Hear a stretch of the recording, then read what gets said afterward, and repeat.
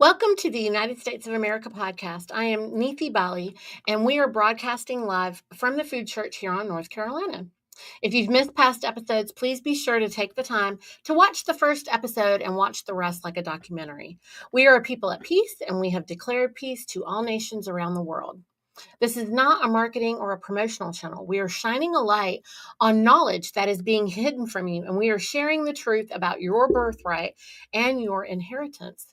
We have moderators who are assisting in the comment section. Be kind and self-govern. If you have any questions, please put them in all caps and only enter them once per show. I am joined on air with Greg Clarkson, regenerative farmer and ASN on Kansas. And now I am proud to introduce you to Justice Anna Maria, who is joining us live from Alaska today. Welcome, everybody. Hello. Welcome. Hi. Welcome back, Greg. Yeah. How was the break? Yeah, it was okay. You What? had They guests. let him have a break? He was entertaining guests from what I heard.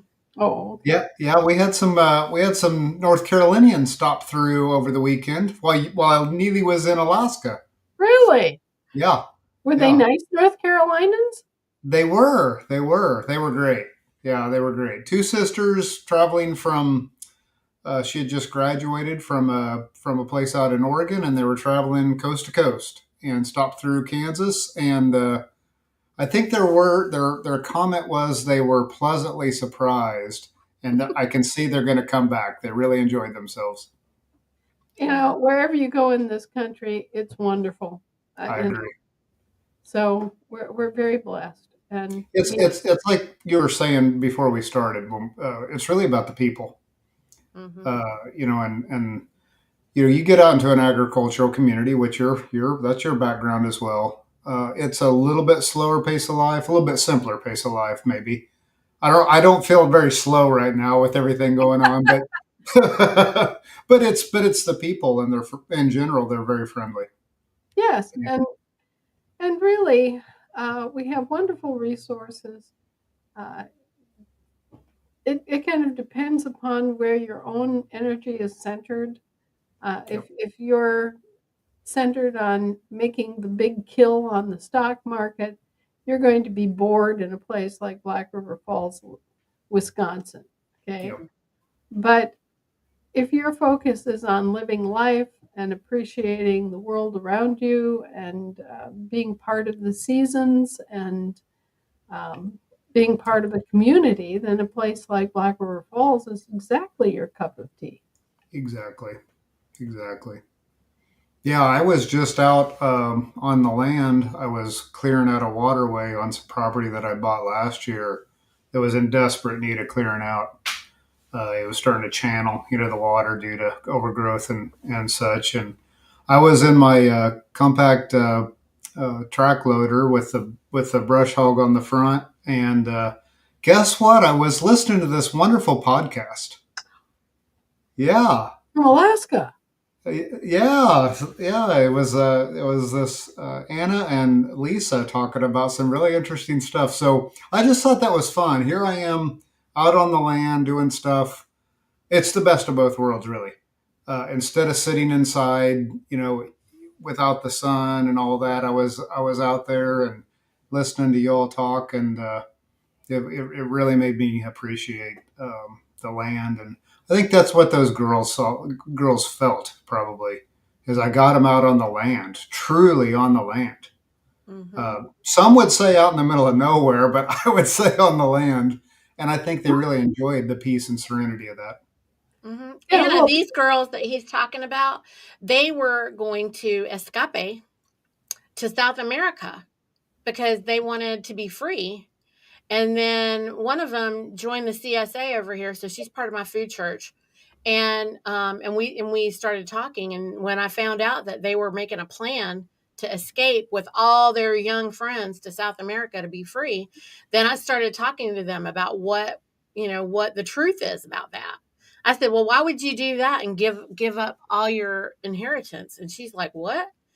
And so we started talking. And so now there's this entire group of young people that were all planning to escape to South America, and these girls have declared they are promoting that to all of those young people, one of whom, which I did a podcast with, and that I want you to get on their show. So they're not quite ready to hear from you yet, because they're still they're still learning, but um, they're starting to realize, and so I think it was wonderful that they were able to go and speak with Greg and see what was going on there, because they don't really comprehend the gravity, or they didn't before, about the power of our land.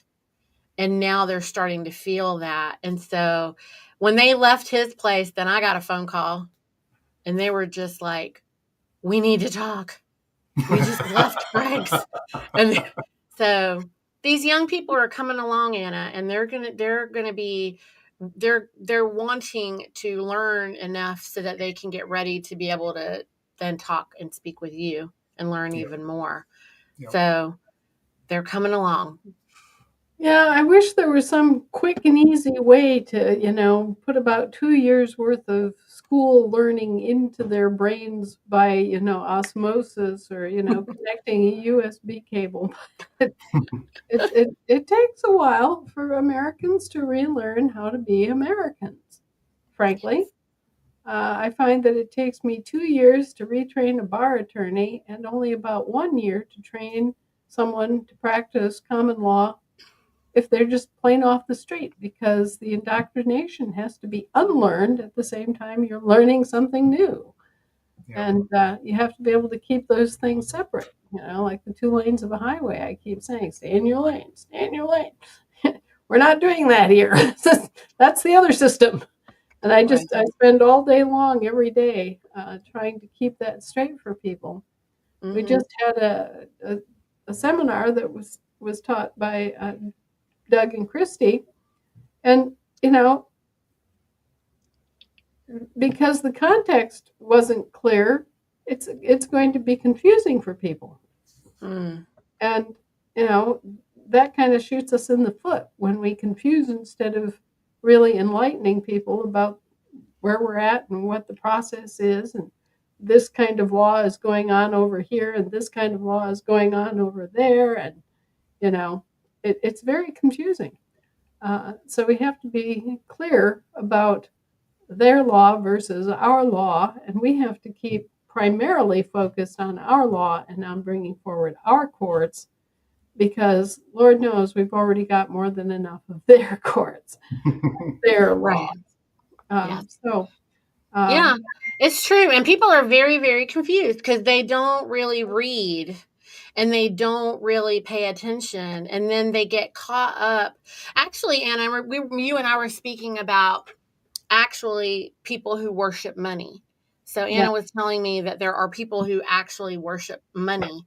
It was difficult for me to comprehend that exactly, but I see what you mean, because let's just use this as an example. When we did the show for the 4th, then we promoted it as a special 4th of July episode, because it was special. Why? Because we were on Alaska and we were broadcasting live from Alaska. We never ever said anything about an announcement. We never said anything about join us for the big announcement. No one said any of that. No. And it was only special because we were broadcasting live from there and not from here. Well, and 4th of July. And 4th of July was on a Friday. It wasn't on Tuesday. There's all these little things.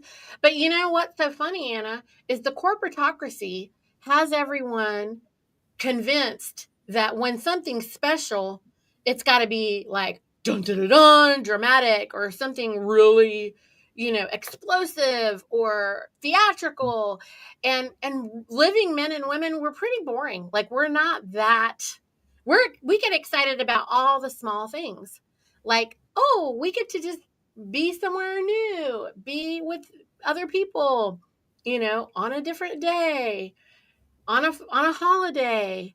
We get excited about small things, because that's how special reality is, right? And Well, so, I think they're wearing out their boom capacity. I'm so mm, sick of seeing these alternate media announcements. Boom, boom, boom. And then when you read it, it's just more like a eh. Yeah. well, Right? if you know the truth, Anna, it's eh. But like a lot of people get sucked up into that. We're gonna die on the 4th. They're gonna release blah blah blah on the 4th.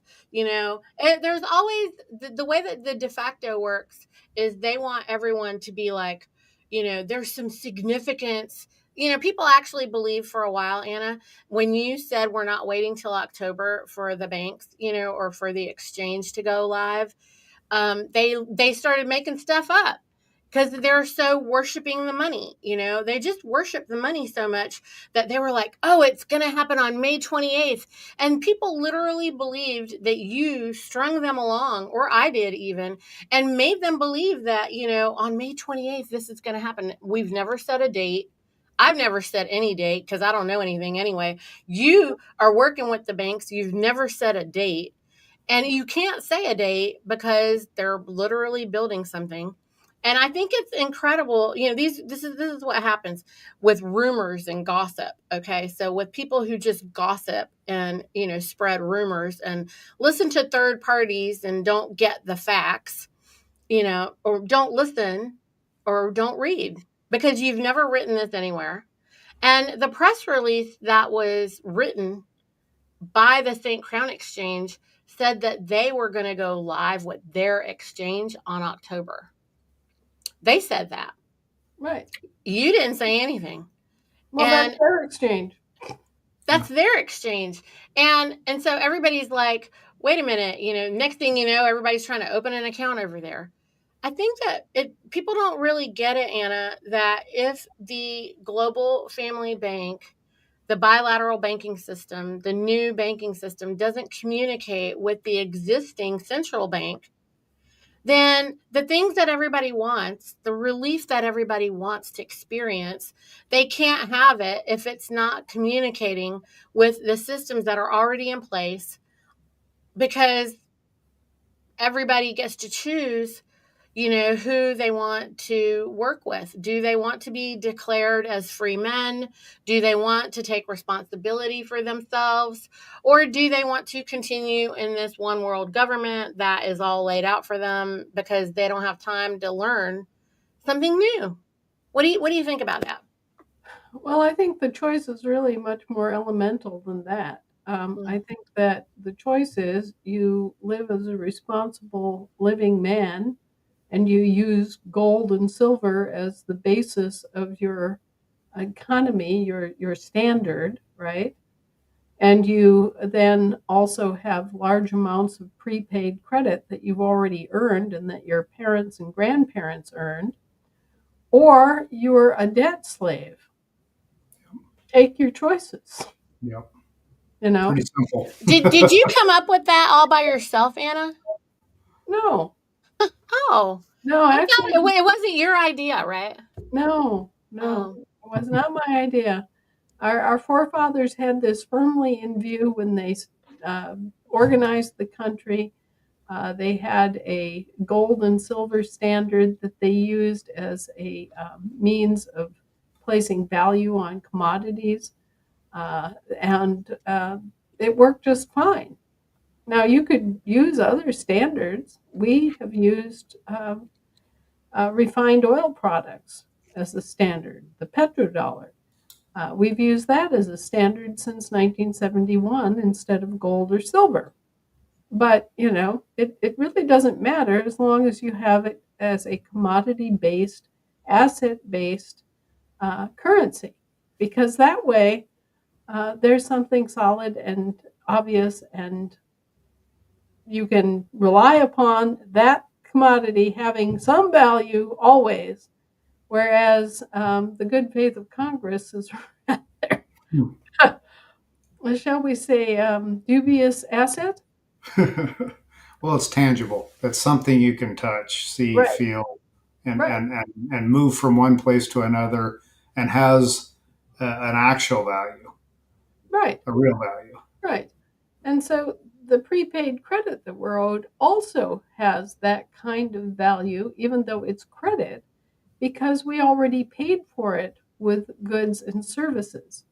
And all of the bankers that I talk to immediately agree that yes, we have all this prepaid credit that's owed to us because precisely that we paid for an IOU with goods and services. Therefore, on our account side, we have a great deal of prepaid credit.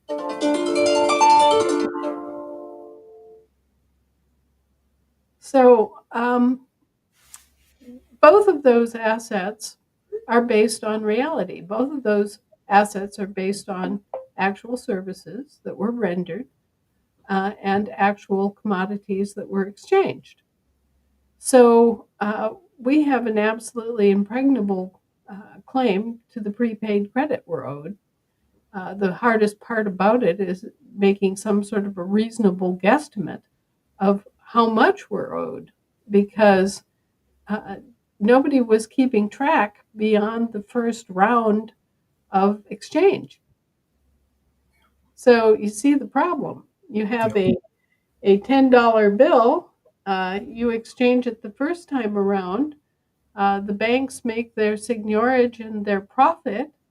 And then on the second time that that same IOU, which has been paid off once, is presented, then you pay it off again.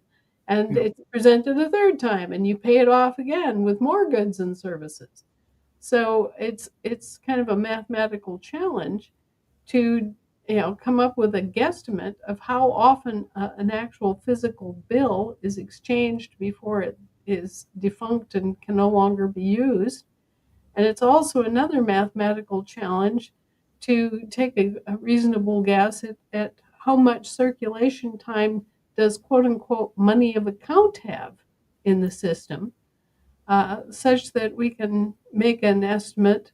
And it will only be an estimate. It can never be exact because no records were kept. There was no way of tracking this trade. Um, it'll be an estimate of how much prepaid credit we're actually owed, but it is an immense amount. How Okay. do you, and how do you even begin to account for it's on a logarithmic scale, I'm sure, the derivatives that have been taken off that, that $10 bill, and like you said, ran through the system for a given amount of time at a given velocity, so however many exchanges, and then all the derivatives and stacked upon stacked upon stacked upon. It's like I think we've said before, there's not enough silver on this planet to make up for it. Right. And actually, if you think about it, having it unbalanced to this extent is the problem. Yeah. You know, having too much on one side of the balance, Yep. it has the same effect as a teeter totter. All of a sudden, everything goes clump on one side, and you It's can't get it stuck. to function. Yep. And so, one of the reasons that, well, there are a lot of reasons why this whole emphasis on the Saint Germain Trust is and everything they propose to do just doesn't create an answer for the situation. Yep. Okay, number one, they're proposing to take about a third of the Saint Germain Trust and just sort of scatter it like feed among the chickens, right? Hmm. And they're proposing to disperse this clump that they've taken out of a family trust that they unlawfully converted into a statutory trust without the permission of the actual family, which is, FUBAR to begin with. But anyway, what they're proposing to do is give every household that was counted in the last census $1.1 million. Well, what happens when you do that? Well, all of a sudden, you've spiked hyperinflation. Weimar, Because, Germany. yeah, Weimar Germany. Suddenly Mhm. you have $10,000 loaves of bread. Yeah, And you're in a wheelbarrow taking all your paper yeah, down to buy a loaf of bread. well, and on top of that, you've got a situation where they're going to, and you know that this is what they're going to do before you even walk into the situation. They're going to say, oh, good, well, we gave you $1.1 million. What more could you want? Right. Okay. And the fact is that they didn't give you anything. They gave you paper. And on top of that, you're owed assets, actual physical assets, and you are owed credit that's already prepaid. That's what you're owed. But if you take this $1.1 million Federal Reserve note SOP, okay, they're going to turn around behind your back and they're going to say, oh, good, well, we settled that account. Yep. So, Yep. 1.1 million only sounds good if you don't know that you're owed 76 billion. Yeah. Yeah. And as my grandfather used to say, $1 million ain't what it used to be. Right, right. So, I'm sorry, guys. But anyway, Bless you. this is the kind of sneaky commercial fraud scheme they've got set up, and the people are standing there going, oh, please give me my $1 million. And it's pathetic because they're owed so much more. Yeah. Yeah. So they're using Bless you. assets. They're using assets that don't belong to them to create a SOP that's going to harm the people that they're actually giving it to. And they're cheating the people out of what they're actually owed by doing this. Yep. How much more slime bag does it get? Then they want to tax them on top of all of that. Yeah. Right. Right. And it's absolutely crazy. Well, and Mr. Trump has no excuse. He's a graduate of the Wharton Business School. He Yeah. knows this. He knows that giving 1.1 million to every household is unfair intrinsically. He should know that the bar attorneys in Schaumburg, Illinois, who took it upon themselves to unlawfully convert a common law family trust into a statutory trust had no authority to do that. This should be treated as a crime, an incipient crime, both in the intent to use this as an excuse to write off vast amounts of debt that they lawfully owe, Mhm. and as a theft of the trust assets without the permission of the donors and the beneficiaries of the trust. I mean, at this point, there are very few members of the actual Saint Germain extended family left, and I only know of myself and my sister, and Mm. there may be a few more, but you're not talking more than a couple dozen after two world wars. And so, They're counting on that, I guess. well, and the thing is, if we all came together and view the trust indenture, which is basically for the upliftment of humanity and the end of economic slavery, then we would choose to do things with that money that would do that, which would actually result in freedom from economic slavery. We wouldn't try anything so ignorant as a $1.1 million giveaway that would cause hyperinflation and which would show no uh, concern that one household is one person and another household is 12 people. Right. We wouldn't do something that ignorant with the money. We would consider that a harmful waste of our money. Right. And what we would spend it on would be things like remediation of farm fields and creating jobs in communities and Yeah. helping people to get educated so Mhm. that they can't be taken advantage of by these sharks.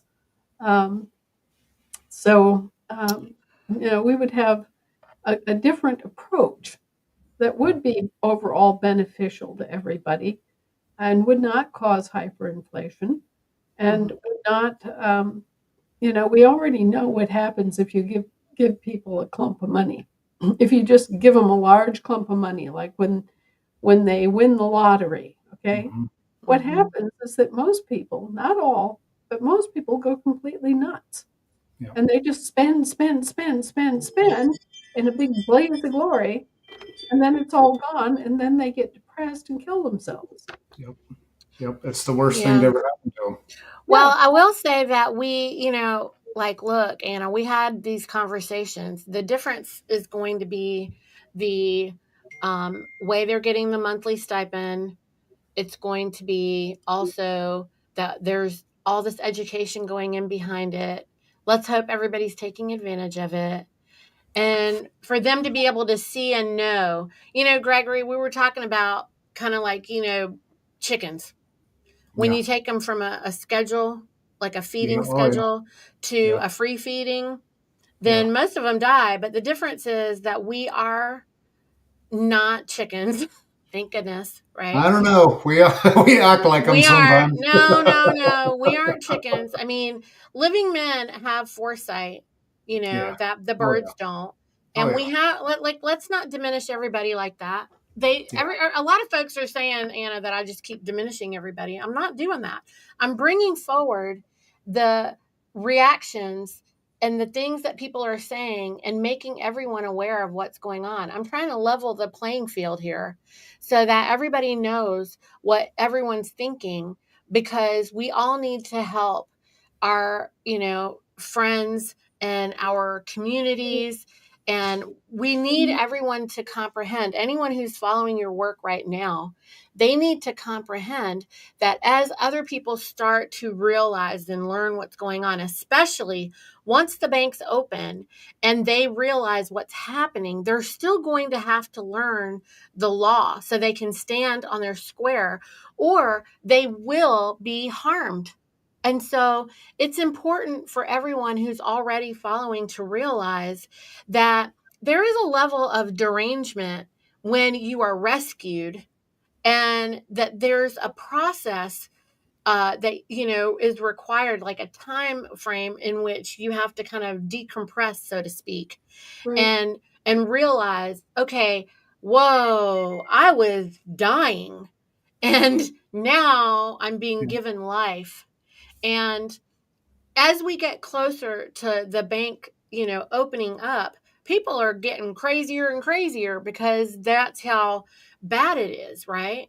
And so we're not trying to diminish anybody who is experiencing that. And with that, I'd like for us to take some of these questions, because this is important. It's important for people to know that there is no one's ignoring all of these, no one's ignoring you, but there's a lot of changes that are happening really quickly. And because Anna knows how far along and how everything's coming along, and we're so close, and yet there's a glitch. We're close, and then there's a glitch, and then they're trying to fix it all. Look, the bank had to make sure they have to make sure they can talk to the other system. They have to make sure that the de facto isn't going to make it so that you get locked out of that system. It doesn't do any good if it doesn't work. Right.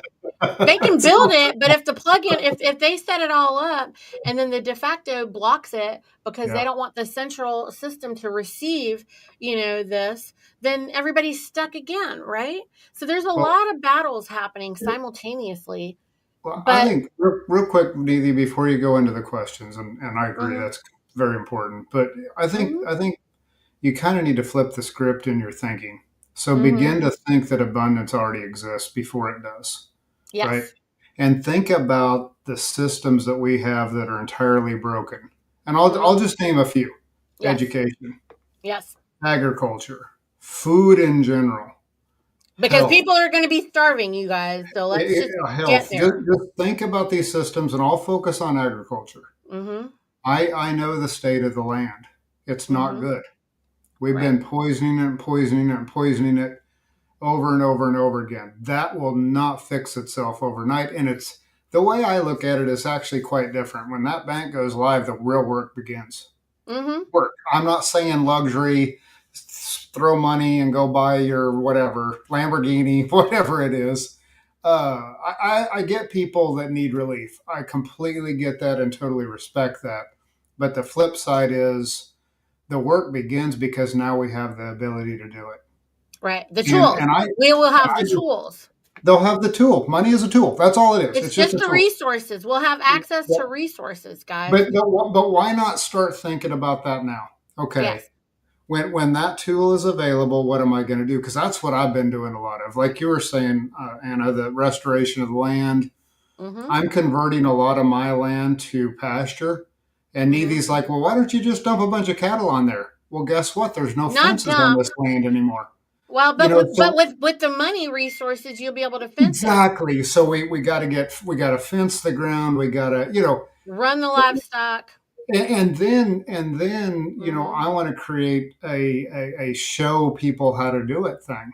Yes. Not that my way is the only way, but hey, everybody, here's how I did it. Mm-hmm. And then let's all get together and figure out what's the best way to do this. Don't give me this whole thing about the resource of money isn't available. That's Mm-hmm. not it. You know what? Not There's going to be a anymore. lack of enough people to Livestock. do the work. There's not going to be knowledgeable people, and there's Right. not going to we can restore the soil with livestock. Right. Everybody's out there wanting to do it with But it mushrooms and still takes whatever. caretakers. It still Right. takes fence. It still takes. It's a symbiotic relationship. It takes the people and the livestock together, Mm-hmm. and the capital Yes. to make it happen, because that's what we're talking about with the bank is the capital, Mm-hmm. and we'll get there.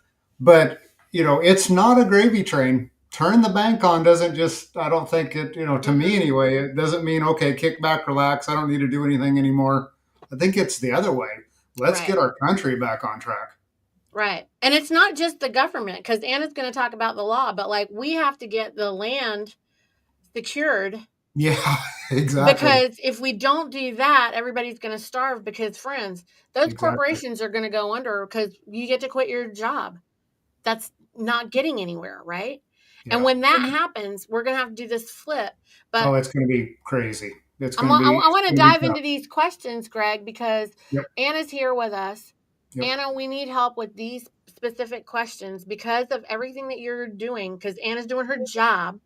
Everything's happening so fast as a side effect of it. So, like Andrea is asking, can you go over the mortgage relief form from your article? I don't think there's a form, right, Anna? And how does it work? Do I send the signed form to?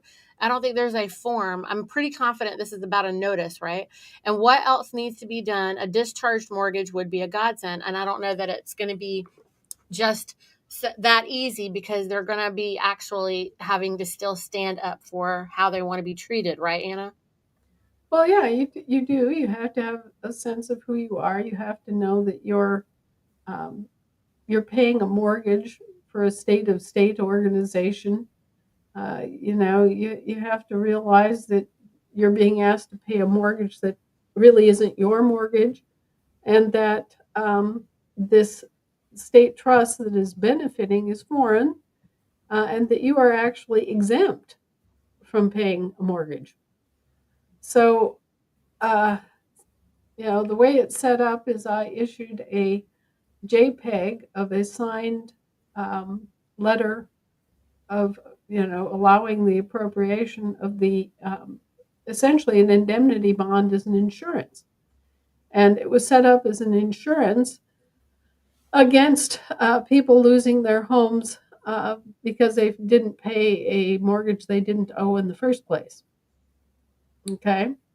So we have the indemnity bond lodged at the U.S. Treasury, 1789 Treasury, which indemnifies people, Americans, from losing their homes um, over phony debts that they don't actually owe.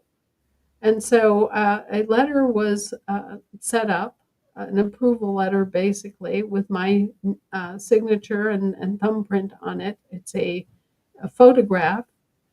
It's a JPEG, so that should meet all of the requirements. And it basically reveals my intent in setting up the indemnity bond and grants my permission to use it for the approved purpose. Okay, so if you're at the point where you're about to lose your home, it's time to invoke the insurance against that happening, against that eventuality.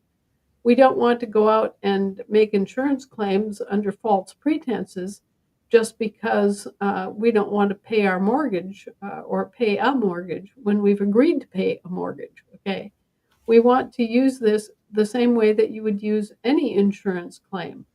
Uh, you know, if you have a car accident, it's time to make a claim. Otherwise, you don't, right? And it's the same thing with this. If you're under foreclosure, if you're about to lose your home, if the property taxes have gotten to be so stiff that you can't pay them, all these things are doubling up on you.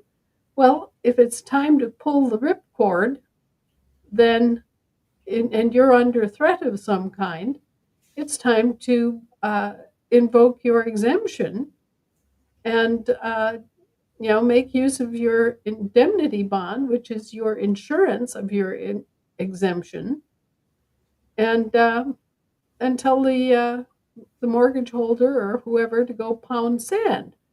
But be aware that when you do this, yes, it's getting discharged at the level of the Treasury. The Treasury is doing an accounting transaction that shifts the burden off of you and off of your presumed obligation, right? But actually, somebody is left standing there with a worthless mortgage. And ultimately, that somebody is the state trust. So it's a foreign state trust. And essentially, the queen is then left holding the bag. Now, from our perspective, that isn't all that bad of an outcome that King Charles has sent back his bill, um, because we didn't know it in the first place. But we need to be aware that we are causing a certain amount of harm by dodging the bullet and by demanding an offset. Essentially, what you're doing is you're demanding an offset as an insurance payment. And so you are disturbing the law of the economic system when you do this. And confidence in mortgages and mortgage-backed securities, which is a major part of the pension fund industry, will plummet as a result of people doing this on a large scale. Now, we don't have that many people that are in trouble, uh, even though we have 50 state assemblies. If you were to care, to look at that as part of the overall population, it would be pretty small. But all those people are inheritors. They're not voters. They're not acting as voters. They're acting as nationals. They're acting as inheritors, and they're actually filthy wealthy. And it's ridiculous that they should lose their homes over something not being properly accounted for. Let So can we make a point here though? the, This is for declared Americans. yes, this is for people in the assemblies. In order to make advantage of this, you have to be declared. You have to go to your assembly, and you have to get a letter from the designated person in the assembly affirming that, yes, you are an American, you have declared, and you are owed exemption. Mm-hmm. And that way, uh, the powers that be are obligated to honor your exemption and to discharge any debt that is presented.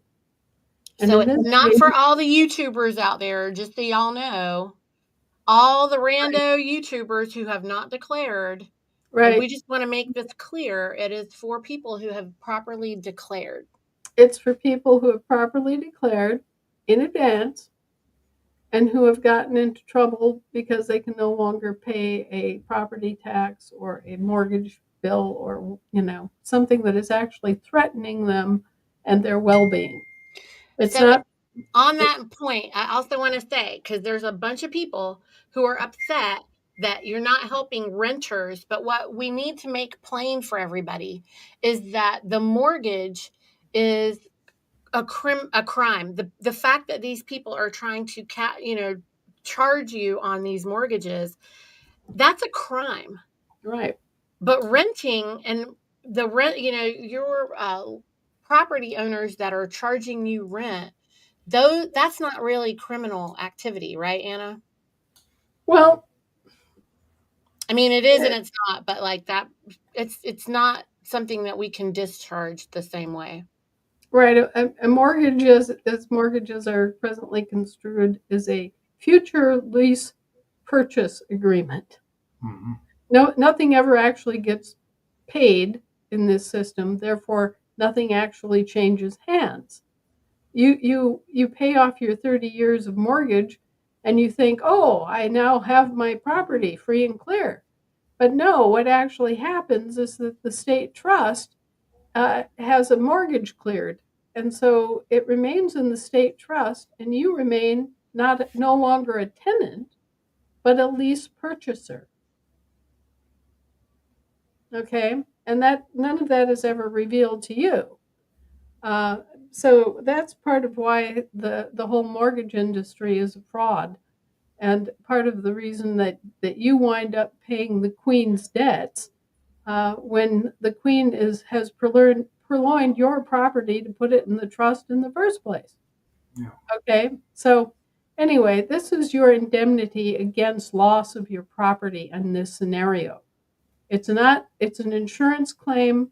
It's not something that you should take lightly. It's not something that you should claim if you don't actually need uh, such relief. Okay, so um, that's what's going on with the indemnity bond. It's a move to save people from losing their homes, uh, trying to pay mortgages and property taxes that they don't actually own. Right.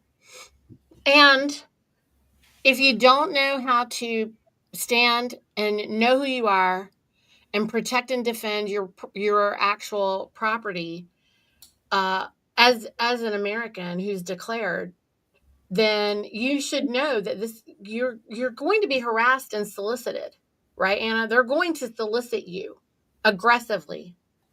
Most likely, they're going to want proof that you actually were under duress and that you don't owe this amount because you were exempt from the get go, and you were basically not given full disclosure about the nature of the mortgage, and so here you are. You're claiming your exemption, and there's your insurance, and now they're obligated to discharge the mortgage, uh, which in a debt credit system should be easy to do, first and foremost because you are owed an absolute blivet load of prepaid credit anyway.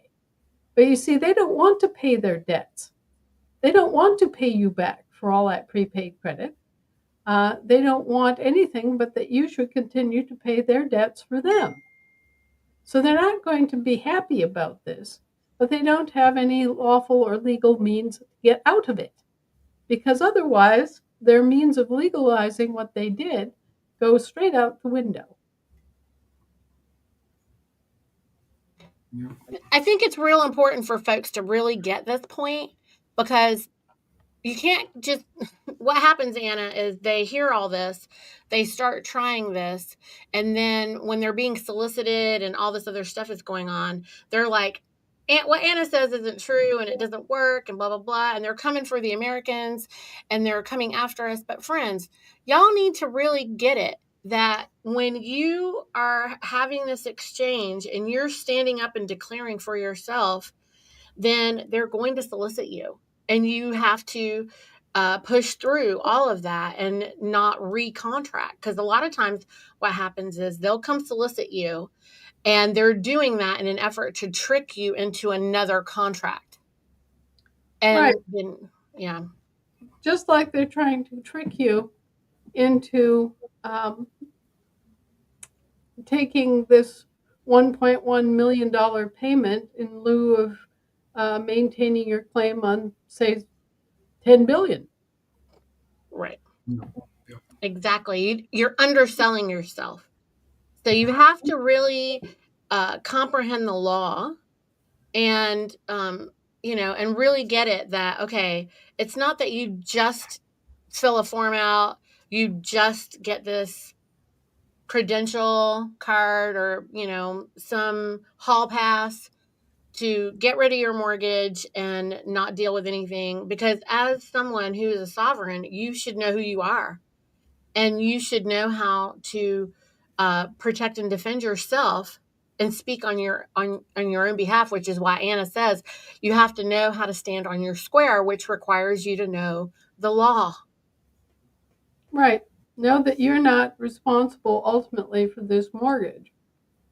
Know that the state trust is obligated to pay the mortgage. Know that you already have gobs of prepaid credit to your credit locked up in the auto tris system, and that it's really no skin off of anybody's nose to pay off a debt that doesn't exist with money that doesn't exist. It's simply an accounting transaction that would relieve you of considerable uh, irritation and worry and threat. And why should you be under any kind of worry and threat when you are the prime creditor of all these organizations? Mm-hmm. You're the creditor, they're the debtors. And they have, okay, let me try to explain this. Um, you have an employee who's working for you, and you therefore owe them their wages, right? But they've taken all of your assets and cashiered your assets in a trust. That trust is being actively invested and is yielding large profits. But you can't access that trust, and they won't let you access that trust on your own reconnaissance. And so you tell the trustee to pay the employee. The trustee says no, and then the employee has a debt to hold against you. All right. So it's like it's like two brothers. One brother owes Bob owes Fred $100, and Fred owes Bob $10. Okay, so they can swap that. They can swap debts, and that's what a MOXIE is. It's a mutual offset credit exchange exemption, where you actually swap debts, and the balance of that process then leaves you still with tons and tons and tons of prepaid credit owed to you, but it gets rid of any apparent debt that you might have to your employee. Well, it's the same way with the state trust. The state trust has operating expenses that it has. It has to pay people, it has to pay accountants, it has to, pay investment brokers and all the rest of the stuff that goes into administering the state trust. So there is expense for the state trust, and you uh, supposedly own it as the purported donor of the assets in the state trust. So there are expenses that go into this, all right? However, on the other side of it, you are the actual beneficiary and the donor of the assets in the state trust. And so money from the state trust should be available to pay off any expenses of the state trust. And instead of trying to portion it out and charge it back to people as individuals via mortgages and property taxes. And that's what they're not doing. They're not actually accessing the profit coming off the state trust because they want to use that as reinvestment money for themselves and as political payola and all sorts of other purposes that do not benefit you, the actual purported donor and beneficiary of the state trust. So you get stuck paying their expenses, and you get none of the profit coming off of the investment of your assets and your credit. Now, does this sound like it's fair to you? No, it's not fair to you, and that's why you're exempt from these claims. And this is why an indemnity bond makes sure that they are going to indeed indemnify you from all expenses related to this.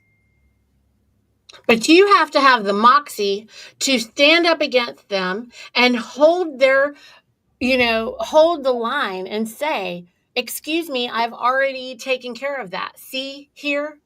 And so everybody's asking about, if Anna knows about mochi and blah, blah, blah. Yeah, she's written a bazillion articles about this and given proper instruction on how to do this. The other thing, Anna, is, everybody's out there going, well, Anna doesn't know what she's doing. They took her land. They've come after her for taxes. What you guys are seeing out there is these solicitations.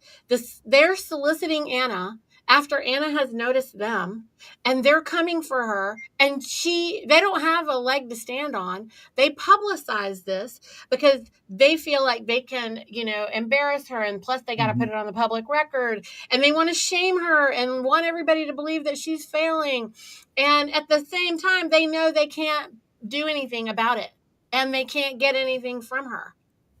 Right. Because they're not suing me, they're suing their own franchise, and their franchise doesn't exist. Anna's like, who are you talking to? Yeah. Which, who?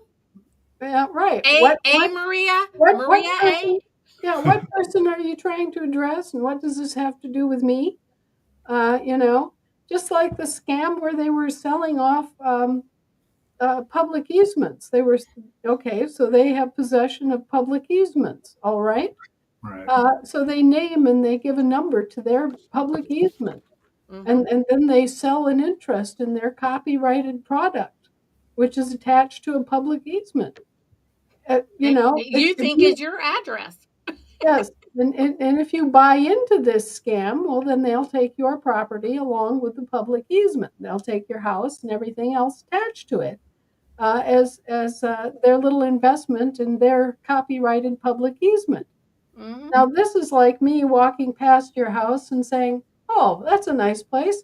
I think I'll call that 42 Starlingale Lane." And I copyright this description of your property, 42 Starlingale Lane copyright. Okay, now I have a copyrighted description of your property. And I'm going to say that I own the title to this because I own this copyrighted description of your property. And then I'm going to go into court and pretend that I own your property based on the fact that I created a copyrighted description of your property. This is like me naming my son after my neighbor's dog and then trying to use the association to claim my neighbor's property. Mm-hmm. That's right. This is a scam. This is a con. Mm-hmm. This is a constructive fraud scheme, and it's Mm-hmm. being used all over America. And it's being used to go out and collect debt against people that don't owe any debts. And they're collecting against their own creditors. Mm-hmm. Okay, and yes, they may have some charges that are legitimate for services that they've rendered, but that does not mean that you are overall the debtor. You are overall the creditor. And this is what's got to get hammered into the brains of everybody in America. You are not the debtor. If you balance the books, you are grotesquely the creditor. You may owe this little itty bitty debt for, say, your share of snow removal, or your share of a fire service area, or your share of road grading. Okay, you may legitimately owe that. But overall, they owe you far more. And the preponderance, if you bring the two sets of books together, is overwhelmingly in your favor. What hasn't happened for 160 freaking years is a balancing of the books. Yeah. Right.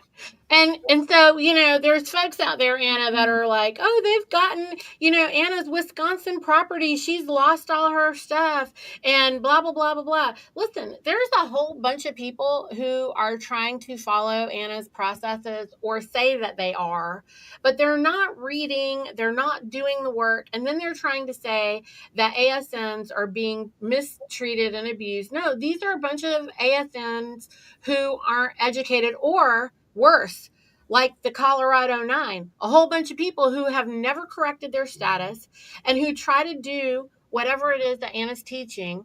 And you can't do it if you don't follow the law.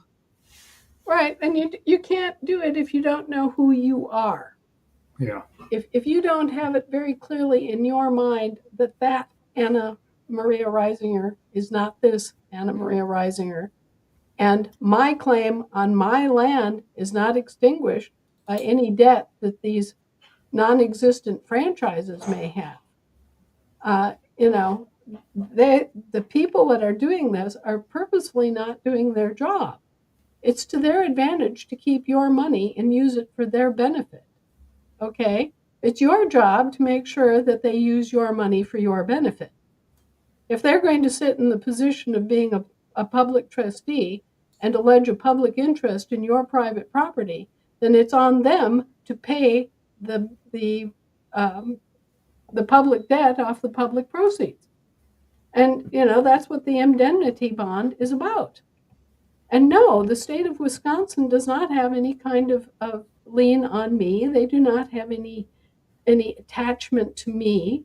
They're once again trying to pretend that their franchise exists when it doesn't. And I just very forcefully made that entire situation very public and very self evident in the public record when I came forward and just recently said, look, the British have not had a land jurisdiction in operation since 1087 as a sovereign country. The British have not had a sea jurisdiction government in operation since 1714. Now, what does that tell you? It tells you that this entire thing is a scam. It tells you that without that sea jurisdiction, there is no theoretical merchant mariner who's lost at sea. There is no admiralty related estate named Anna Maria Reisinger for them to claim against. This is a This is a fraud. jurisdictional thing, you guys. So when what Anna's saying too is that, living men have superior, concurrent, general jurisdiction over all of them. They're dead corporations. They have no jurisdiction over Anna. They Right. don't have it. And Anna knows that, and Anna can tell them that, and they can't do anything about that except be mad and make everybody believe that they're trying, they can go after her. Yes, they can publish all these things. That doesn't mean that It's not it me and it's not you. This is the point. These are right. these are corporations named after you. They're franchise corporations like Dairy Queen corporations called shelf corporations because they create these things out of thin air. They put it down on paper and they sit it on a shelf. Right. And these are foreign shelf corporations. They're not even American shelf corporations. All right? So they are calling their shelf corporation Anna Maria Reisinger Incorporated, a British territorial corporation that has nothing whatsoever to do with me and should not exist. And I maintain does not exist because they have no jurisdiction at sea.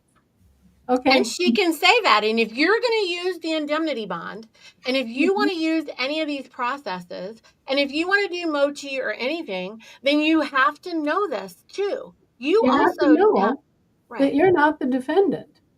And you have to right. protest the fact that you're not the defendant. And you have to very clearly state, look, I'm not the defendant. I'm not a franchisee. I'm not part of your citizenship obligation. Okay? You are a foreign government. You have enfranchised my name against my will, and I very explicitly forbid the use of my name for any public purpose. Okay? So if it's my name that owes the money, it's not associated with me anymore in this context. You've just, basically need to piss out a window. There's once Yeah. you know what they're doing, once you know that they have created these franchises without your knowledge or consent based on false registrations, then you hold the key and you can explicitly say your will in the matter. And you can say very clearly, I want this bill discharged against the profit made by the public franchise that you purportedly have related to my estate. It's Mm-hmm. not just about public debt, it's about public profit. And you are being called to do what you need to do and arrange the proper accounting, bring the ledgers together, and let's see how much you owe me and how much I owe you. Now we are The taking, charges they bring against you. When they bring charges against you, right, that is then you what, show them the credit, you guys. You show them your credit. Yep. or you force them to yield your credit. Mm-hmm. If they have any question about this, it's easy enough to prove. Now, we are absolutely disgusted by the mismanagement of the treasuries and the mismanagement of the various lenders like the Federal Reserve. We're full up on it. And so we are forcing them to bring forward the books and actually do an accounting. Actually come forward, and we're going to bring both sides of the ledger together, and we're going to see where the bear went through the buckwheat and who owes who what. And that means in terms of ownership as well as in terms of uh, actual numbers. So we're going to force them all out of their burrows. We're going to make them come forward with the public information, the public dockets. We're going to make them account for both sides of the ledger. They're going to have to produce the CUSIP bonds, and they're going to have to produce the auditress accounts that mirror those CUSIP bonds. And when we do that, what everyone is going to see is just exactly how much these quote unquote government organizations and all their corporations owe us.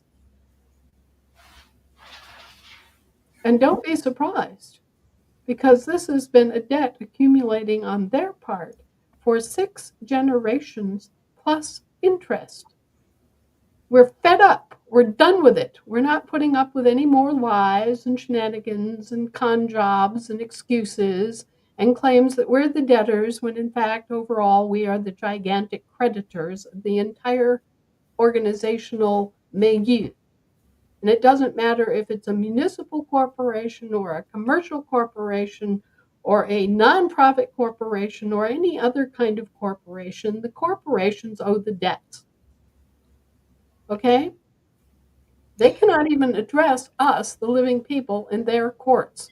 Their courts are administrative courts dealing with people who are actually employed by them within their corporation. That's an administrative court.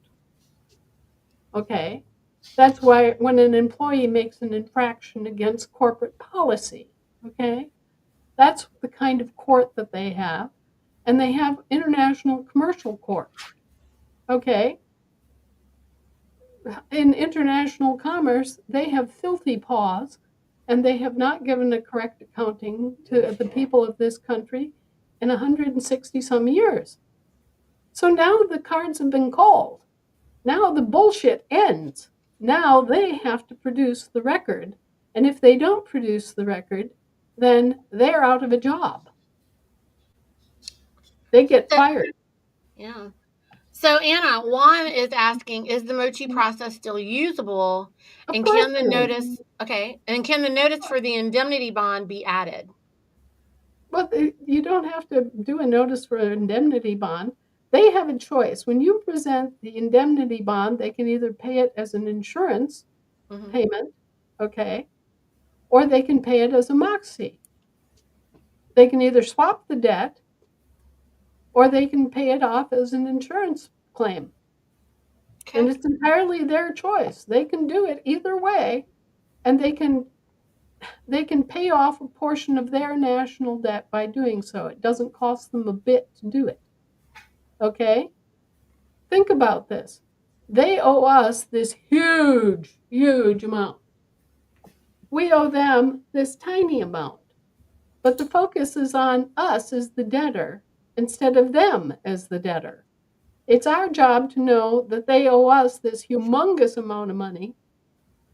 And if we don't want to pay their debt for them, which is entirely our call, then they have to offset their debt. They have to swap their debt against what they owe us and actually pay in that sense, not actually a payment, but they have to do Credit. the debt swap Mm-hmm. so that there's no longer any apparent debt held against you or the property. And if they don't do that, then they're nothing but lying swindlers in breach of trust and contract. If they're in breach of their service contract, then they no longer have a job. And it's really that damn simple. And we are pulling that punch this week internationally. So they're going to have to come forward and actually balance the freaking books for the first time in 160 years. And it's going to cause them no end of squealing and crying and oh no, our glorious fabrication is being melted away. She dumped a bucket of ice water. Oh, and then the evil witch just kind of vanishes into the mist. Nice, And nice. this is what's been needed. This kind of an accounting is Mm-hmm. what has been needed for 160 years. And you can just imagine, you've been paying their debts for 160 years. They haven't paid any of your debts. Right. Okay. So this game where they get to use our money and our assets for their benefit is coming to a screeching halt. And they're not going to like it. But it's the truth. It's the facts, ma'am.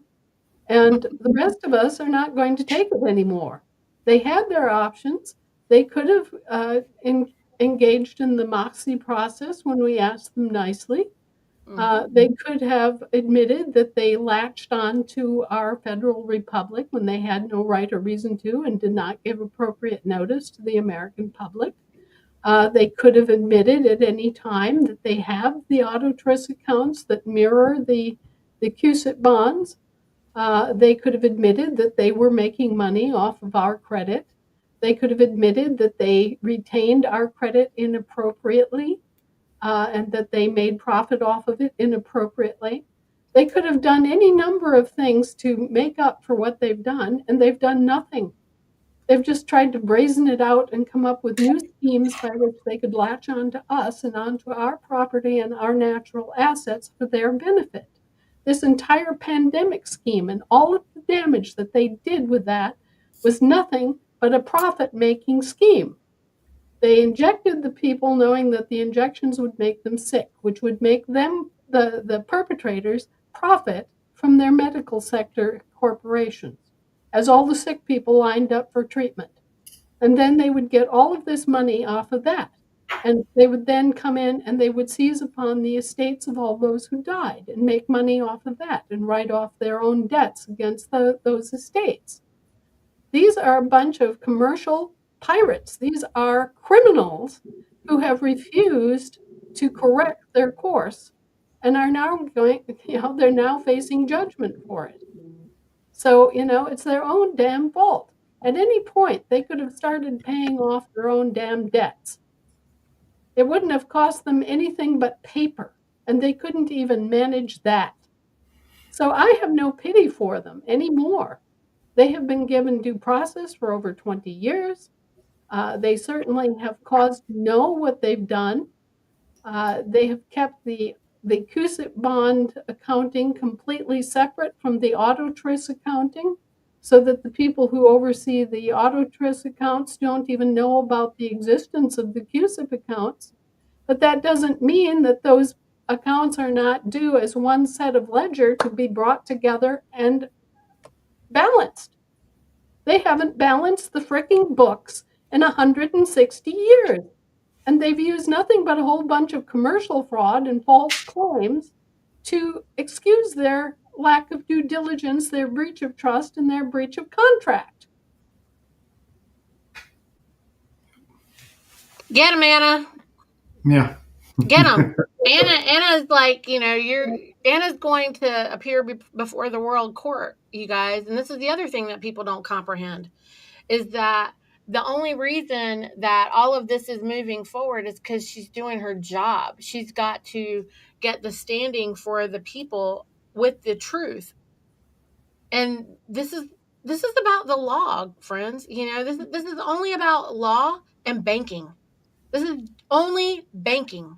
This is all you're getting up, put up with charges. They're coming after you with charges because they're trying to solicit you for commercial business. And we living men and women operate in trade locally down on the ground.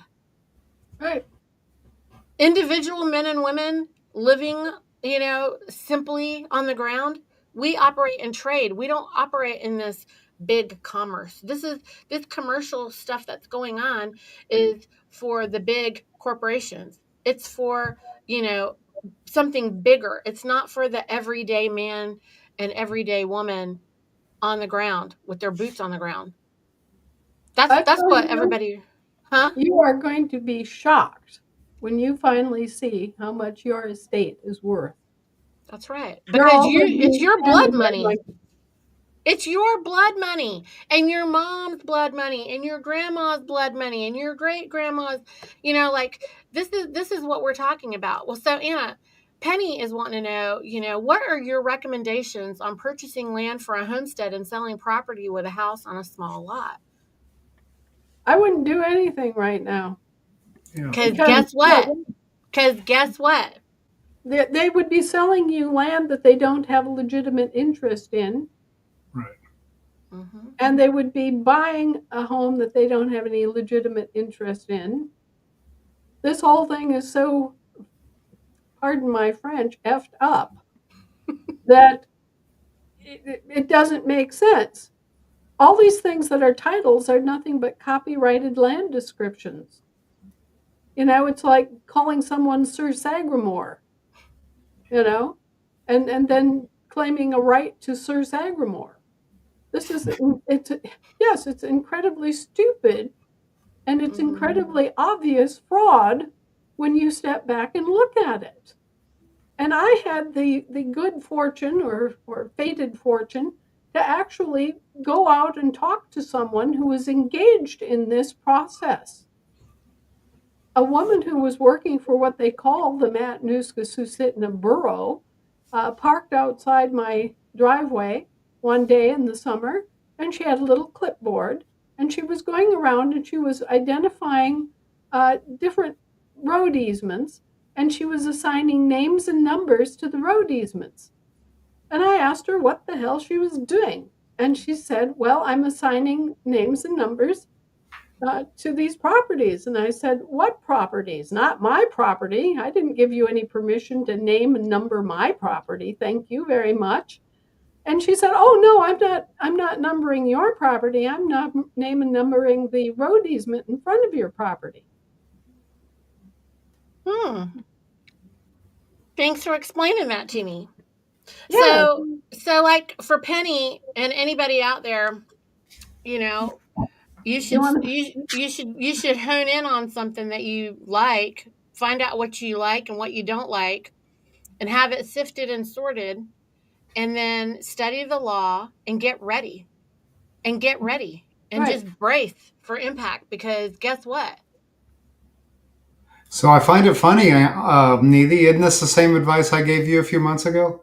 Yeah, I mean for anybody who doesn't know, Just wait. Just get prepared. right? I'm And when it we're goes we're live, we're we're the work renting begins. too. Yeah, Yeah. we're renting and we sold our house. Yeah. And, we sold the house and we invested in gold and we are renting while we wait so that we can get exactly what we want.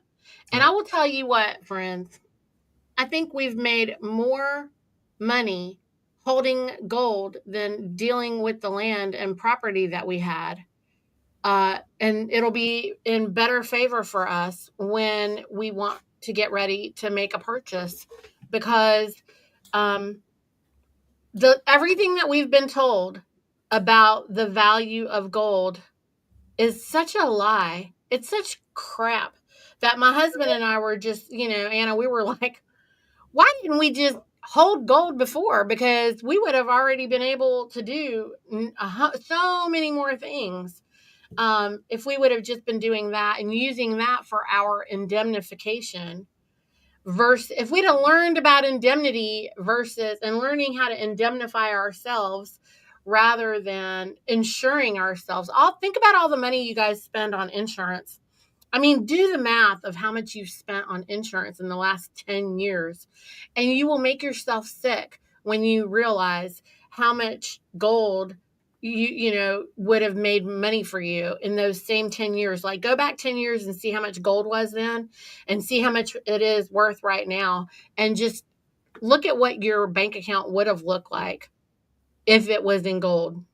You want to be even sicker?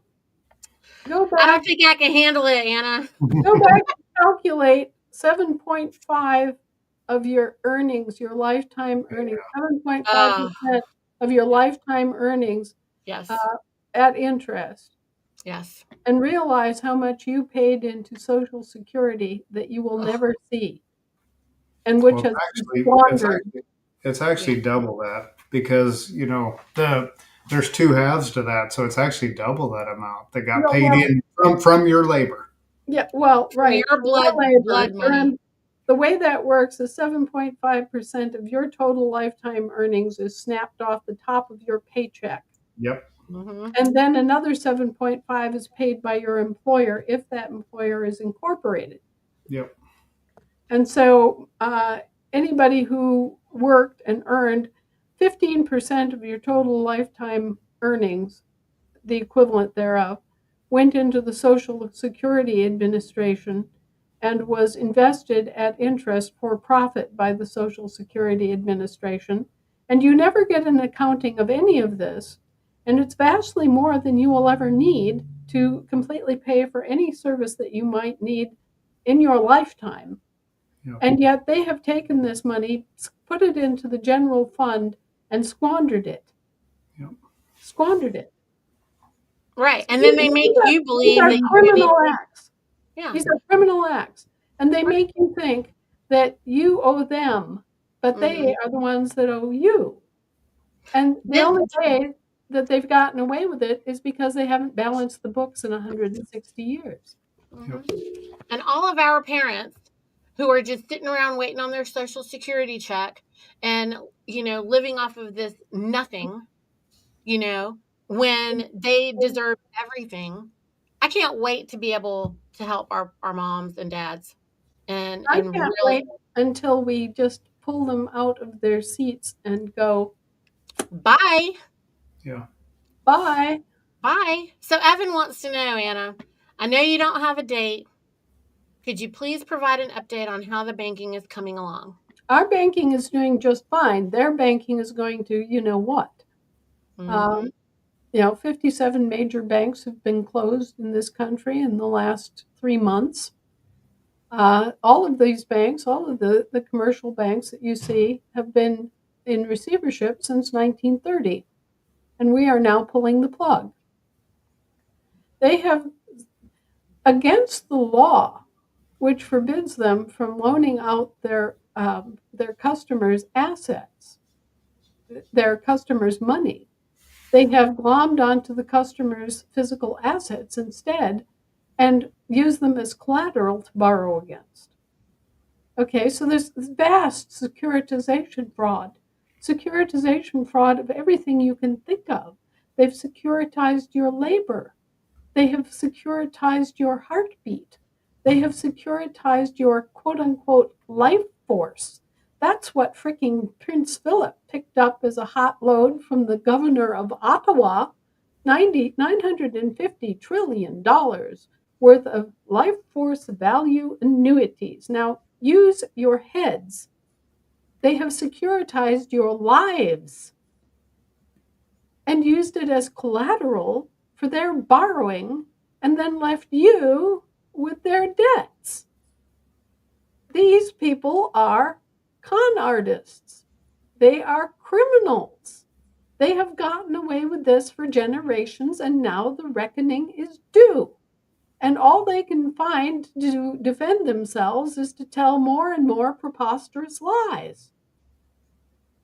That's all they do. They have a stock in trade in sleight of hand, just like a like a carnival show, and they have a stock and trade in lies. And that's why I maintain that all of this, all of the idolatry that underlies it, is nothing but a competing religion that is based on lies. And who is the father of all lies? Hello, here we are.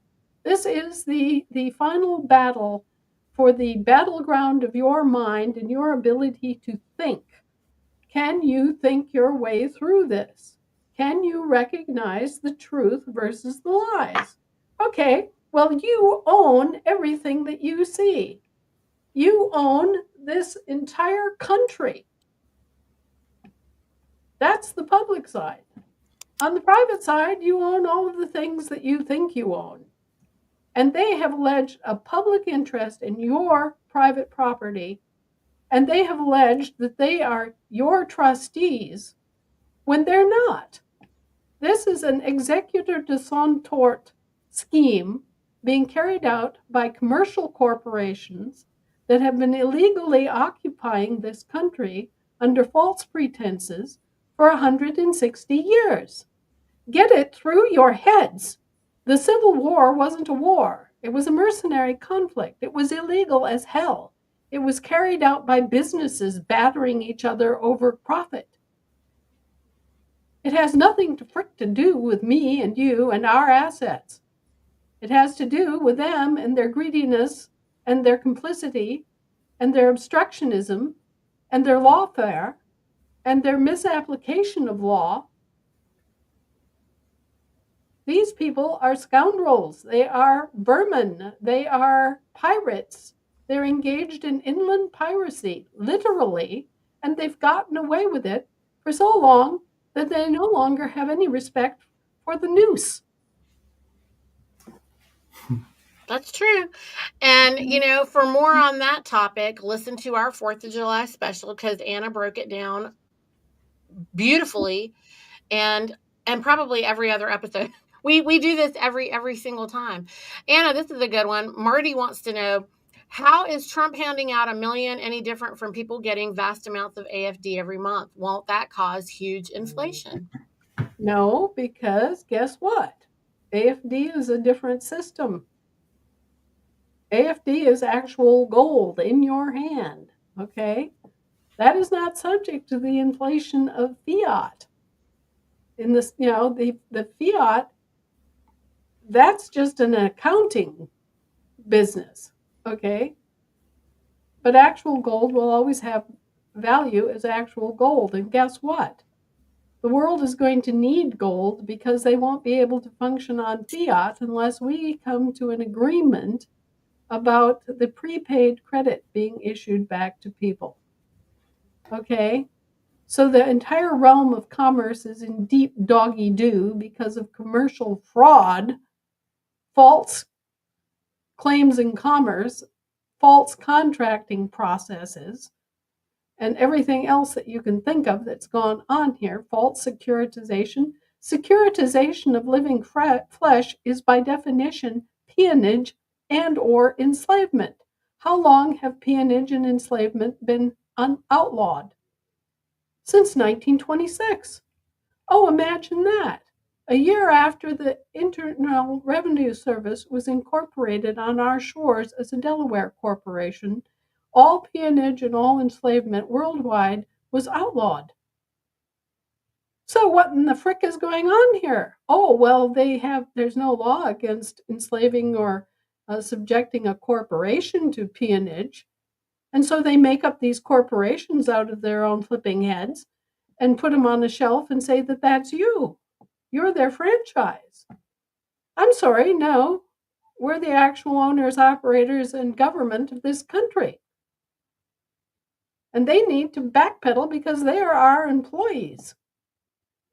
They are literally our employees, and they're in violation of their service contract and duty. And that goes for the military, too. Where's your due diligence? How has this happened? How could this go on? Well, I'll tell you how it's gone on. They were unlawfully converted into a mercenary force back in 1861, and they didn't even notice. Anyway, this is commercial BS. It's fraud. It's a scam. And they are coming to justice whether they like it or not. The books will be balanced. And when they're balanced, it's going to be very painfully clear to everybody on this planet that the living people are the creditors and the corporations are the debtors. And when that fact gets firmly established in everybody's brain, then we'll have a basis for going forward and settling any debts that the living people owe the corporations or that the corporations owe the living people. Yep. That's right. I can't wait, and thank you so much for all that you've done in that regard. Neither you said it was her job. It's not her job. It's not her job. She volunteered to do this. This isn't her job. She stepped up to the plate. So I'm not getting any money for this. I'm not getting a right. penny from any government or any corporation. Yeah. Not at all. No, everybody here is a volunteer. Let's just be really plain and clear about that. This is as grassroots as it gets. Speaking of volunteering, I have to go. But thank you, guys. We'll see you next week. Thanks, Greg. Oops, he pulled himself out. That was fun. Well, okay. Once again, the bear goes through the buckwheat. Look, we've been going for an hour and a half, and we can keep going. I want to, encourage everybody out there. Look, Dorothea, everybody, Global Family Group is working with everybody. Yeah. So Africa is definitely covered. Okay. And I think that, look, I know that I just say things plain and clear. I just speak plainly. A lot of folks can't, aren't interested in that. And a lot of folks here who come every week think I'm only talking to them. So you guys in the chat who are here supporting us every single week, just remember that we are on YouTube. And there are people who are brand spanking new who tune in every single episode, and they don't know anything about what's going on. And when we talk about the way that people have been trained to lie and to worship money, you might not realize that you're worshiping the money, or you don't maybe realize that you're even lying because you've been raised to be polite and kind. And when you're being polite, you're often lying. And, you might not think it's a really big deal because you're trying to protect somebody else's feelings, but the universe, the karma of doesn't know any different. They just know that it's just received as a lie. Mm-hmm. And nature only deals in truth and reality. And Pope Francis admitted freely in his 2013 apostolic letter, not his motu proprio, but his apostolic letters in 2013, he admitted freely that all these corporations are nothing but legal fiction that they made up out of thin air and therefore have no credibility and no right to exist, and they're just BS. They were business models thought up by the Roman Curia to help organize and categorize different business activities. That's all they were ever meant to be.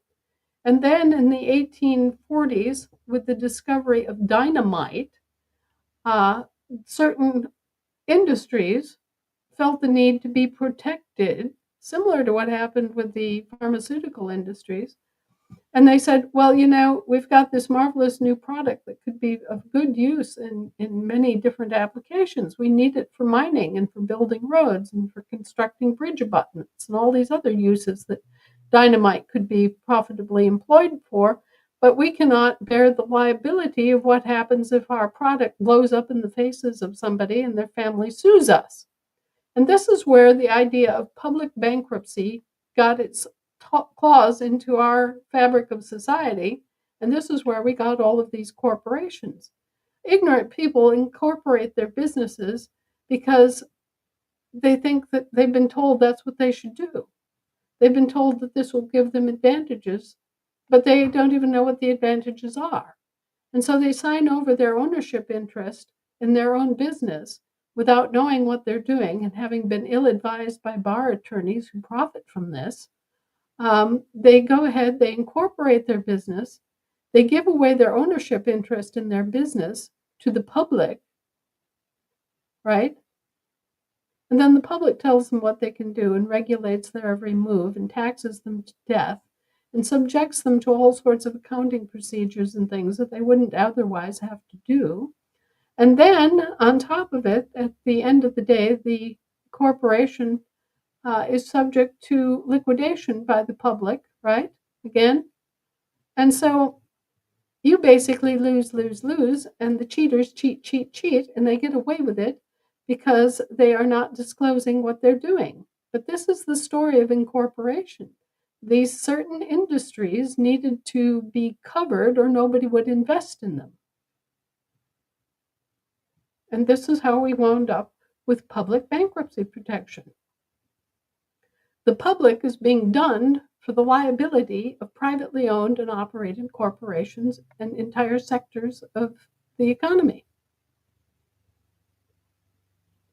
The debt doesn't just go away. The liability doesn't just go away.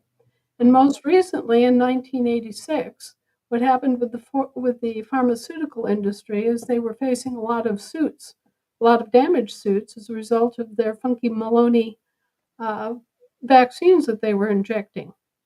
The parents were coming after them, and the victims of their vaccine products were coming after them in great droves.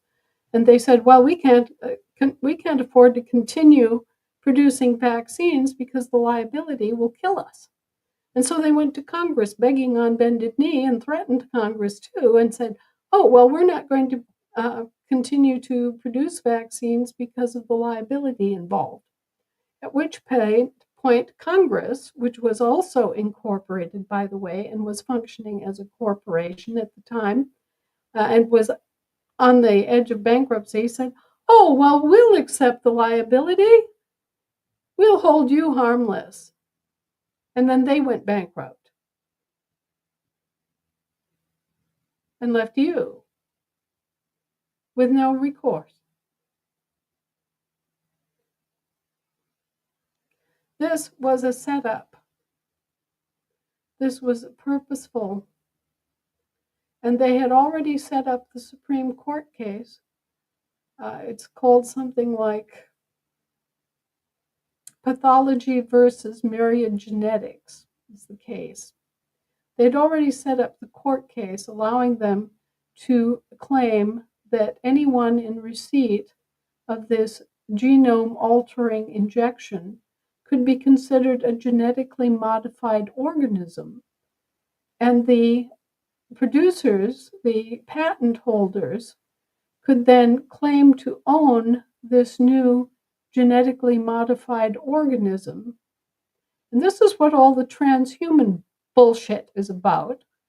They're trying to claim that everybody who was injected with that undisclosed experimental quote-unquote vaccine is now a genetically modified organism owned by the principal patent holders, who include DARPA, NIH, Anthony Fauci, Pfizer, Moderna, Johnson & Johnson, the Wellcome Trust, and the Purebright Institute, to name a few. And they think that they're going to enslave humanity based on this bullshit, and they've gotten far down the track with it. Our country was the only country and the only government that got organized promptly in 2020 as soon as we saw what they were aiming for and outlawed it.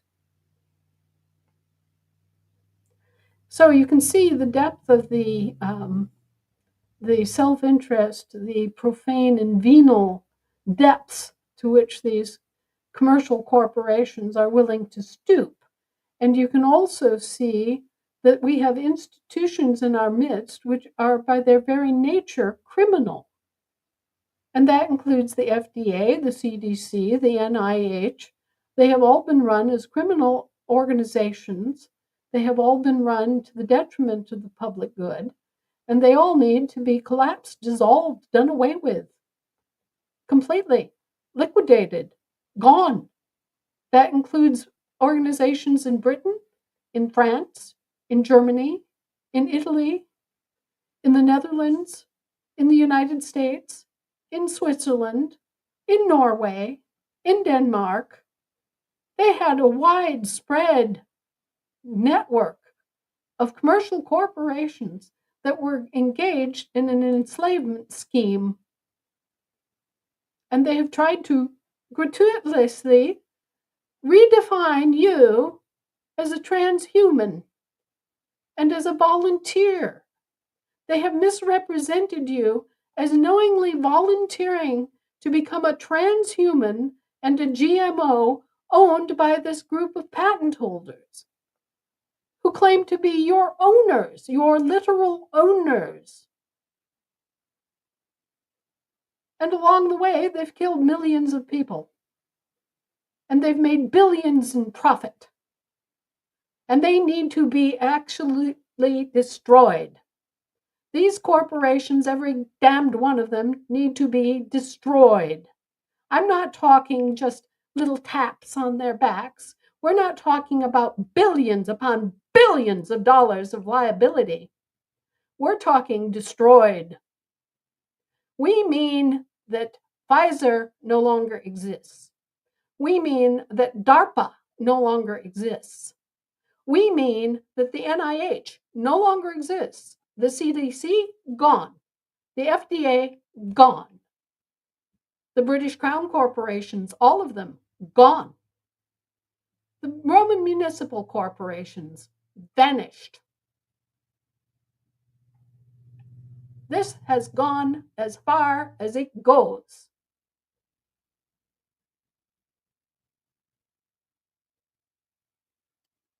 Yep. Enough is enough.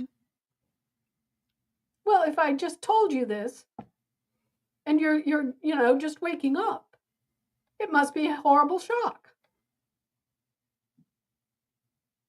But this is what this whole transhuman dialogue has been about. And they didn't care if they killed millions of people in order to get this surreptitious, undisclosed, filthy, venal commercial claim against them.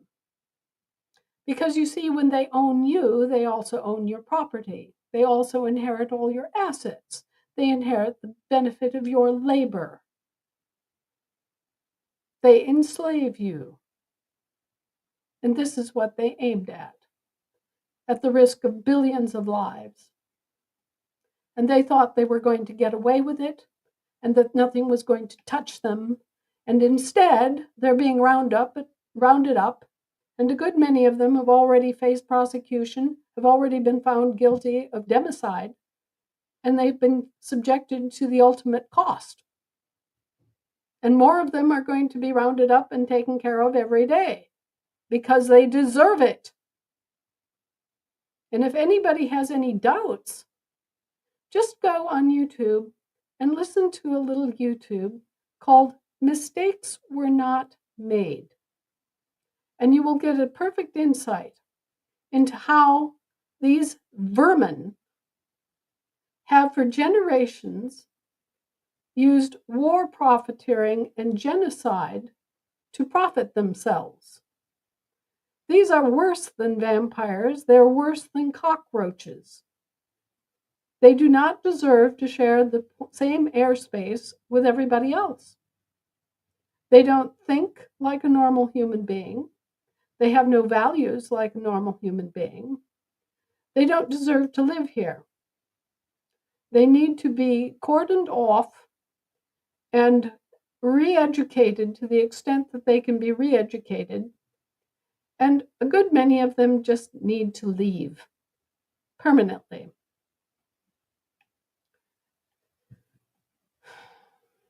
Now, I've had to deal with this on my heart and soul for over 10 years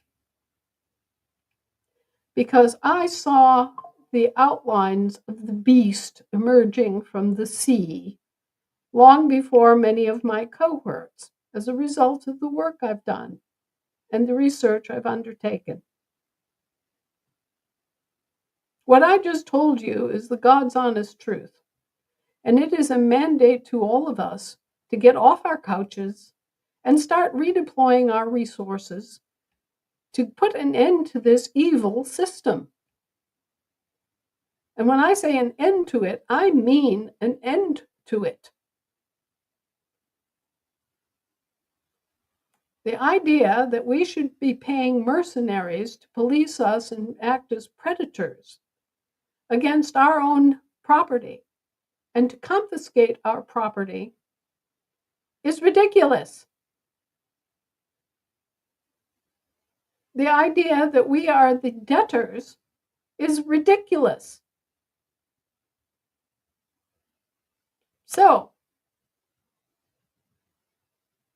there, I've given you all more than enough information to be highly motivated. And you know that I'm highly motivated. Niti here is highly motivated. And we are ready and willing and able to give every public servant from here to Brisbane an earful.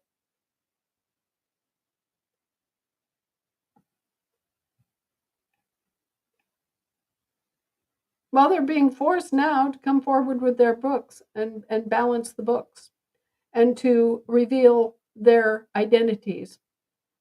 Mm-hmm. Oh, they're going to be held with their feet to the fire. And it's not like the Federation isn't doing the work. Oh, we definitely are. Mm-hmm. We're out there every day. You know, I count it a great pleasure and honor just to be able to talk to average people because I spend my days arguing with historians and genealogists and all of these paid purveyors. Mm-hmm. Look, it's all coming together. And, look, thy will be done. Right, and I do want to say one little bit here. It may be hard for you to imagine that the United States, the great vaunted, rich United States, has been the victim of British colonialism, but we have been. Along with most of the other countries of Western Europe and Africa and Asia, we have been the victims of these con artists. And we have been the victims of the bar attorneys who have been trained in lawfare and who have ruthlessly employed it for their own profit and gain. If anything else has not been made clear in this entire process, it's the pernicious nature of the legal system. Not the lawful system, the legal system. Please take the time out of your lives to go online and ask the legal definition of lawful and the legal definition of legal. And you'll see something rather surprising. What we associate with the concept of law is lawful. What they have made up out of their own imaginations and what they have tweaked and twerked and made a mockery of law is the legal system. Every single one of those bar attorneys who knowingly conspired in this need to be put away in a jail very far away from the rest of us for a very long time. Most of the people that you know who are engaged as quote unquote legal professionals don't have a clue that they're doing anything wrong. They've been indoctrinated into the quote unquote legal system, and they truly don't know any better. So under the principle of not being able to prosecute idiots, we won't be able to prosecute them.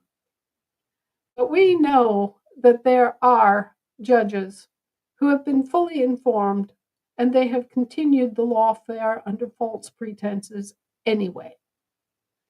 Those people are criminals too.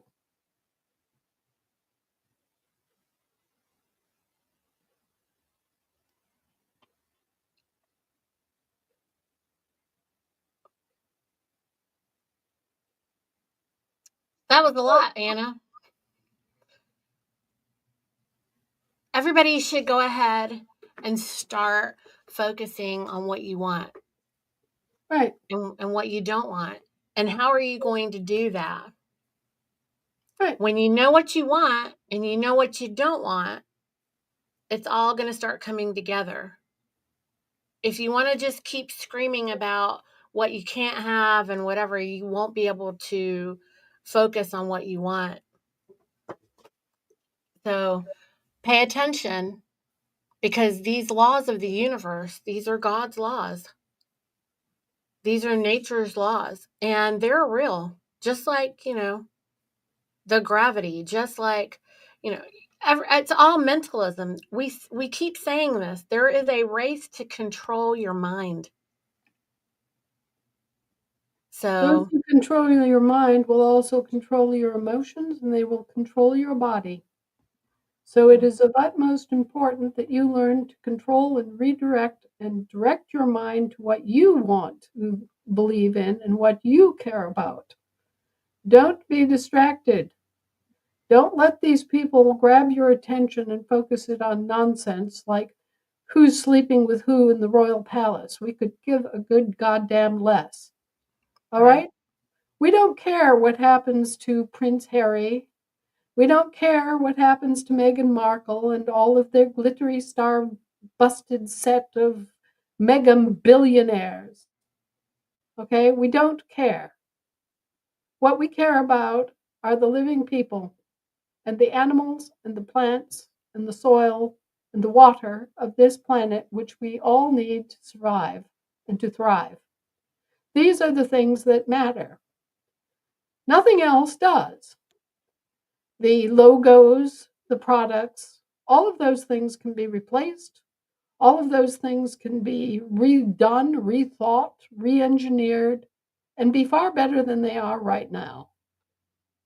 But the things that are irreplaceable, our life, our consciousness, and our belonging, those things cannot be replaced.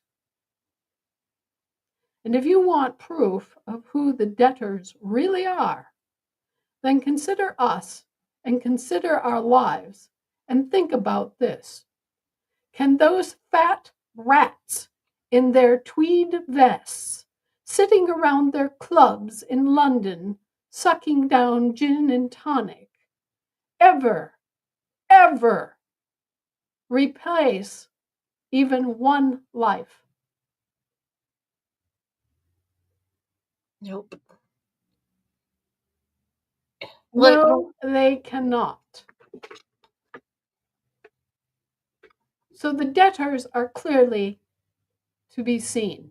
Just open your eyes and look. Mm-hmm.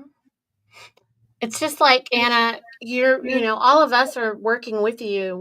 Nobody's working for money. Anna's not working for money. We're working for the living people, the precious lives, for the living.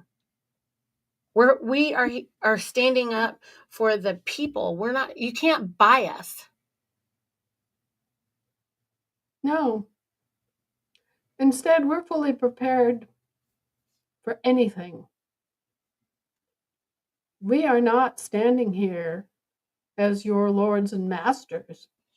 That's a role that DARPA and the NIH and the Purebright Institute and all these corporations had lined up for themselves. We're the ones who opposed them. We're the ones who fought tooth and nail. We're the ones who said, we don't give a good goddamn. We're still going to go for it, and we're still going to chew the ankles off of every corporation that comes in our way. Okay? So get the role straight and get the values straight. We value life. We value free will. We value consciousness. We value unity and harmony and community. All the things that these for-profit corporations so recklessly destroy and which they cannot replace. Think about it. What is of real value here? I will guarantee you it isn't a piece of paper with George Washington's big ugly mug printed on it. The only thing of value on this entire planet is what we were all given. Our lives, our consciousness, our energy, all of this was a gift. It was given to us. And we have these monsters in here pretending that their airy-fairy mental construct, their corporations, which were made up by the Roman Curia out of thin air, in which the Pope even admits is nothing but BS, are our lords and masters now. That they're going to own us as transhumans. And do you know what I say to that? I say, get the gibbets. Let them be chained down. Let them face the punishment which is traditional for inland piracy. Let's see Bill Gates up there. Let the birds of the air peck out his eyes and let the insects eat his flesh. Because that is the traditional punishment for pirates. And that's exactly what that man is. He's worse than a pirate.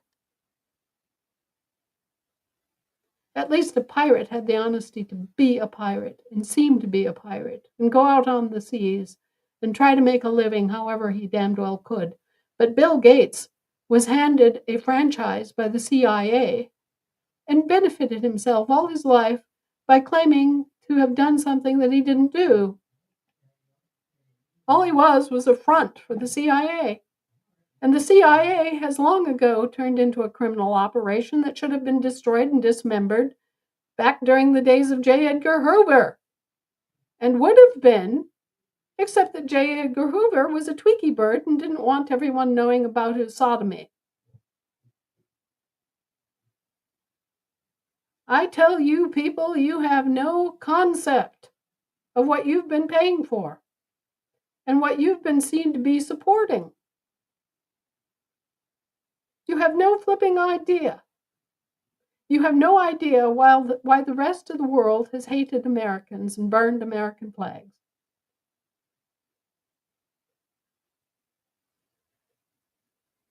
While we've been lied to at home by our own public servants, people taking their paychecks out of our pockets and sent off on wild goose chases and mercenary missions for the benefit of these corporations, other people have been suffering unjustly at our hands. Here came our big glittering war machines, our gigantic troop carriers, our jets strafing everybody, our drones killing everywhere, so that these profits could benefit themselves, draining us on one side and killing on the other. They all deserve to be destroyed, nationalized, vanished from the face of the earth. And that's why we have a bad reputation with the rest of the world, because we've been stupid and we have allowed it and we've put up with it.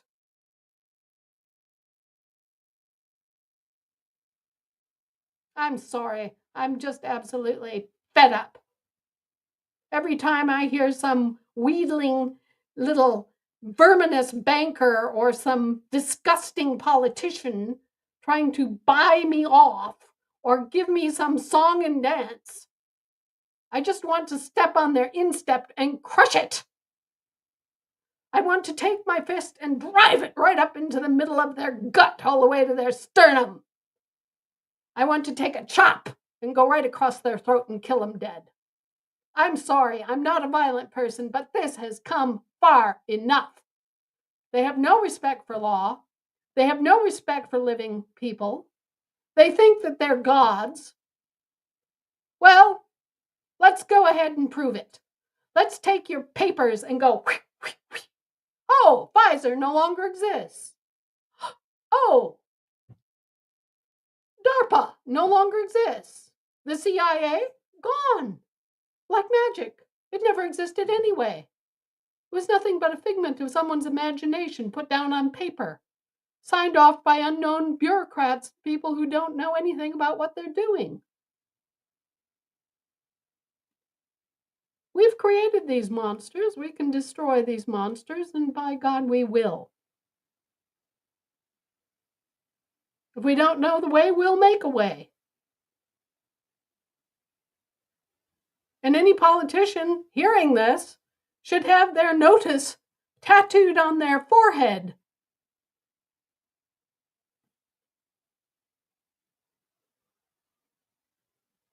The only thing of value in this world was already given to us.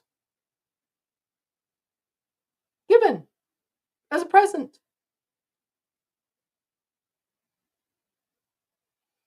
And if we're so damn stupid that we can't figure it out and tell these little gin-sipping rats where to go, then I guess we deserve to be annihilated and have nothing and be nothing.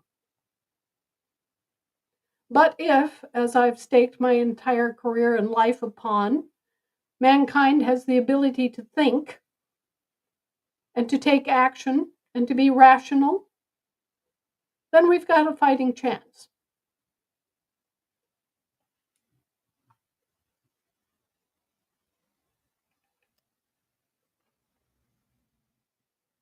Thank you, Anna.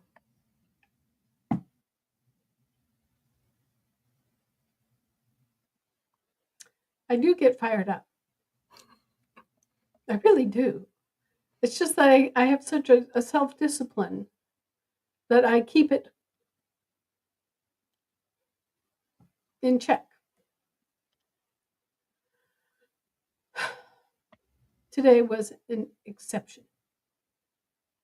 So, forgive the loud voice and the raised hackles, but know that I'm there fighting for you every single day, every living man, woman, and child, every dog, every horse, every cow, every bird that flies in the air, every fish that swims in the sea, every amoeba that crawls upon the slime-infested bottom of a bucket. I am here fighting for your lives and for your respect, meaning their respect of you, the employers.